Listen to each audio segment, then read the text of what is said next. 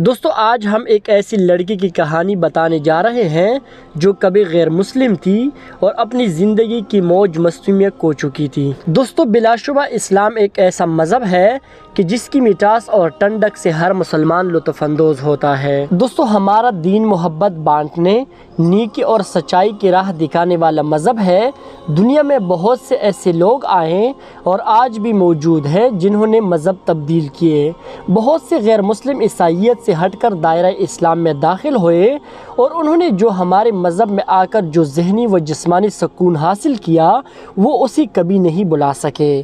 آج ہم ایک ایسی لڑکی کی کہانی بتانے جا رہے ہیں جو کبھی غیر مسلم تھی اور اپنی زندگی کی موج مستی میں کھو چکی تھی، لیکن بعد ازاں اس کی زندگی میں ایک حسین تبدیلی نے دستک دی۔ دوستو لڑکی کا نام پرسیفون تھی اور اس نے ایک انٹرویو میں بتایا کہ جب انہوں نے مذہب اسلام کی دعوت قبول کی تو اس لمحے وہ بہت جذباتی ہو گئی تھی۔ پرسیفون رضوی ایک پارٹی گرل تھی، ان کا ہفتہ یعنی ویکینڈ پارٹیوں میں گزرتا، لیکن وہ اس زندگی سے خوش نہیں تھی۔ انہوں نے اپنے اس پوری سفر کی کہانی سنائی کہ کیسے قبول اسلام نے ان کو ایک نئی اور بامقصد زندگی عطا کی۔ جب میں جوان تھی تو میں ایک بہت لاپرواہ اور بے ہنگم لڑکی تھی۔ اختتام ہفتہ بس پارٹی ہوتی تھی، دن اس میں گزر جاتے تھے کہ کلب میں گھسنے کے لیے کس کی شناخت استعمال کرنی ہے، کون سا لباس زیب تن کرنا ہے، پھر پارٹی پر جانے سے پہلے شراب نوشی۔ کلب میں پارٹی صبح 4-5 بجے تک چلتی، جب وہاں سے نکالا جاتا تو کسی کے گھر میں جا کر پارٹی ہوتی۔ رات بھر پارٹی کرنے کے بعد اگلے روز سو کر اٹھتی تو سر درد ہو رہا ہوتا۔ انہوں نے بتایا کہ ان کے اپنی دوستوں کے ساتھ لڑائی بھی ہو جاتی تھی اور ان پر جلتی سگریٹ بھی پھینکے جاتے تھے، لیکن پھر میں نے یہ سب کچھ روکنا چاہا۔ میں ایسے حالات سے گزر رہی تھی جو جذباتی طور پر بہت تھکا دینے والے تھے۔ میں ان حالات سے فرار کے لیے شراب کا سہارا لے رہی تھی۔ میری زندگی بے مقصد تھی، مجھے نہیں معلوم تھا کہ میں کیا کر رہی ہوں۔ پھر میں مسلمان ہو گئی۔ یونیورسٹی جانے سے 1 سال پہلے میں نے ایک کال سینٹر میں نوکری کی۔ وہاں میری ایک مسلمان سہیلی تھی جس کا نام حلیمہ تھا۔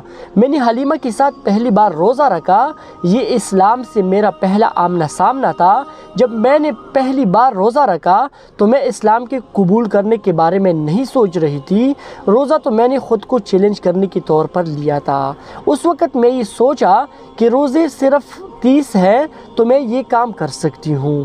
جب میں نے روزے رکھنا شروع کیے تو میں اس وقت بھی میری شراب نوشی کا سلسلہ جاری تھا اور تب بھی پارٹیز چل رہی تھی۔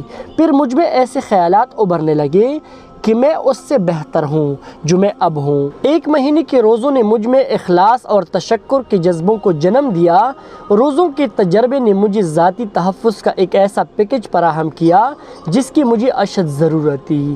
یہ وہ موقع تھا جب میں اسلام کی طرف راغب ہوئی۔ جب میں بڑی ہو رہی تھی تو ہم باقاعدگی سے سنڈے اسکول جاتے تھے۔ میری والدین اور میری بڑی بہن چاہتی تھی کہ مجھے اپنی عقیدے کا پتہ ہو۔ میری والد ایک سیاہ فام برطانوی شہری ہے جو ہمیشہ چرچ جاتے تھے۔ میری والدہ چاہتی تھی کہ مجھے اپنے عقیدے کے بارے میں معلومات ہو، لیکن انہوں نے مجھے کبھی مجبور نہیں کیا۔ ہمارے خاندان میں کوئی بھی باعمل مسلمان نہیں ہے۔ والدین کو ڈر تھا کہ ان کی بیٹی بدل جائے گی، لیکن ان کی بیٹی پہلے سے زیادہ مؤدب اور ہمدرد ہو گئی ہے۔ یونیورسٹی کے پہلے سال میں نے اسلام کے بارے میں تحقیق کر رہی تھی اور میں سنجیدگی سے اسلام قبول کرنے کے بارے میں سوچ رہی تھی۔ جب میں یونیورسٹی سے واپس ایئرفورٹ میں اپنے والدین کے پاس آتی تھی تو وہ اسلام کے بارے میں میری دلچسپی سے لا علم تھے۔ میں نے اس کو تقریباً چھپائے رکھا اور پھر ایک روز اسکارف پہنے گھر میں داخل ہوئی کہ میں اب مسلمان ہو چکی ہوں۔ میرے والدین حیران و پریشان ضرور تھے لیکن وہ ناراض نہیں تھے۔ انہوں نے میرے انتخاب کے بارے میں سوالات اٹھائے۔ وہ چاہتے تھے کہ میں صحیح فیصلہ کروں۔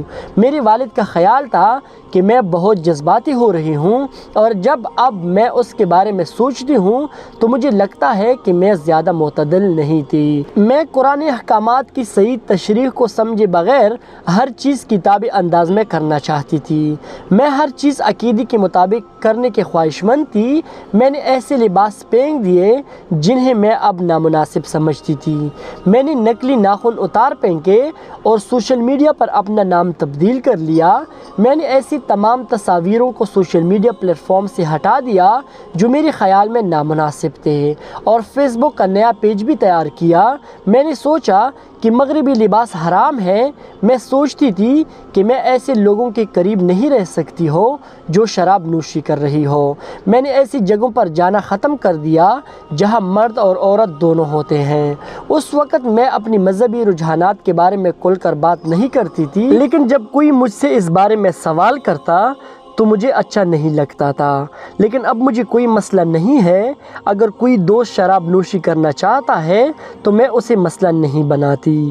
مسلمان کمیونٹی میں ہر فرد کے اپنی رائے ہیں اور ان کی اپنی حدود ہیں، لیکن جب بھی نیا اسکارف بھی پہنتی تو وہ ایسا ہوتا ہے جس سے میرا سینہ ڈام جائے۔ جب سے میں اپنا لباس تبدیل کیا ہے تو میں بڑی آسانی سے ایک جگہ سے دوسری جگہ پہنچ جاتی ہوں۔ مجھے کوئی نہیں روکتا۔ پہلے جب میں یونیورسٹی جا رہی ہوتی تھی مجھے 10 منٹ کی واک کے دوران 5 بار روکا جاتا تھا۔ اب مرد مجھے بالکل تنگ نہیں کرتے۔ میں یہ نہیں کہہ رہی ہوں کہ میرے فیصلے غلط تھے، لیکن فیصلے یقیناً اچانک تھے۔ اس کا مطلب یہ بھی ہے کہ میں نے محسوس کیا کہ میں اپنی دنیا میں فٹ نہیں ہوں۔ میں سوچتی تھی کہ میں مسلمان ہوں اور ایک محسوس قسم کا لائف سٹائل اپنانے کی کوشش کر رہی ہوں، اور میرے دوست ایسے نہیں کرتے تھے۔ میں ابھی یونیورسٹی میں ہی تھی جب میں نے باقاعدہ طور پر اسلام قبول کیا۔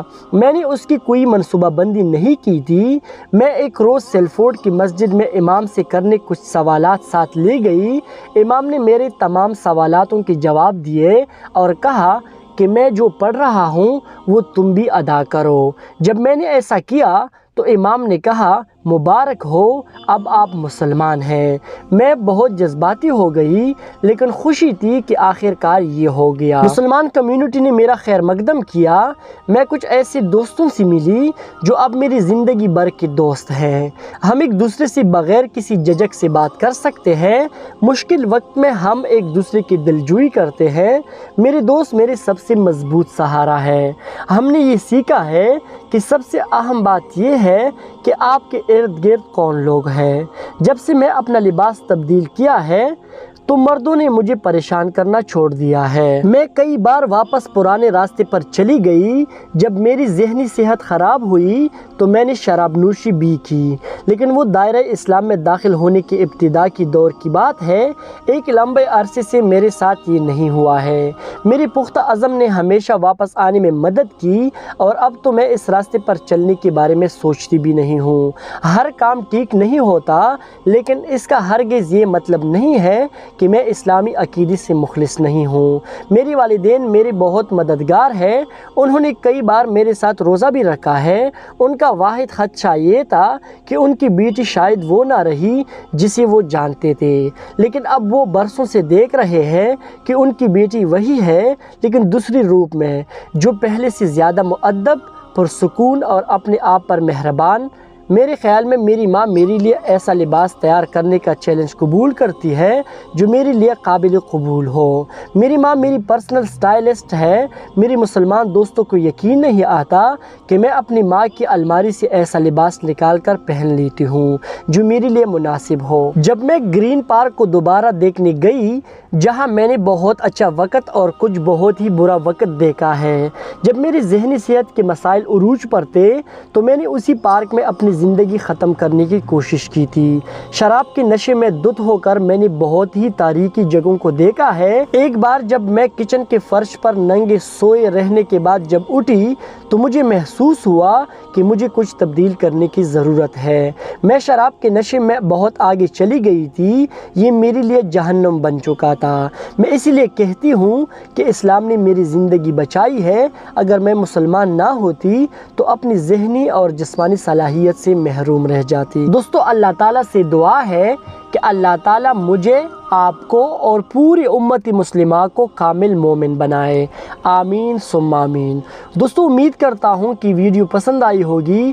ویڈیو پسند آنے کی صورت میں ویڈیو کو لائک کریں، اور مزید ایسے واقعات کے لیے میرے چینل GM ڈائری کو بھی ضرور سبسکرائب کریں۔